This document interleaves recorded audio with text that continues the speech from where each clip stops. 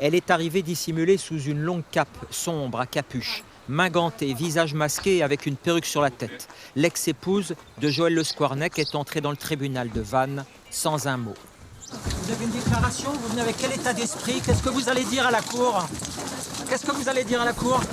Appelée à la barre comme témoin, Marie-France Le Squarnec va-t-elle conserver sa version de toujours? Elle ne savait rien des actes pédophiles de son mari. Impossible pour certains avocats de victimes.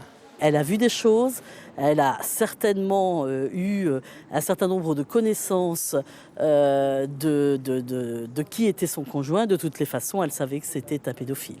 Et ce matin, une lettre manuscrite de juillet 2010 et signée de Marie-France Le Squarnec refait surface. Un courrier adressé à des amis dans lequel elle s'épanche. Il fallait parler il y a 20 ans ou se taire à jamais. Un peu plus loin, elle ajoute à propos de son dernier fils: « Je vous demande de préserver Florian, qui est le seul à ne pas connaître le passé de son père. C'est le genre de vérité difficile à gérer pour un jeune homme. » Des écrits rendus publics par 2 clientes de cette avocate, révoltée par le silence de l'ex-épouse. Ce qu'on espère, c'est que justement, confrontée, si vous voulez, à cette lettre, peut-être qu'elle puisse se dire maintenant, il faut que je libère aussi ma parole et pouvoir dire, j'avais des doutes peut-être, j'ai su, j'ai pas voulu y croire.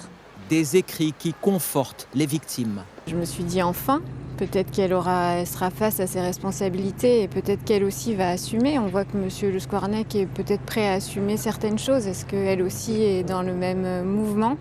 Je l'espère. Les avocats des parties civiles espèrent que le procès Vantet du chirurgien permettra de libérer la parole de l'ex-épouse. On va essayer d'abord de faire apparaître toutes les contradictions dans ces déclarations, parce qu'elles sont légion.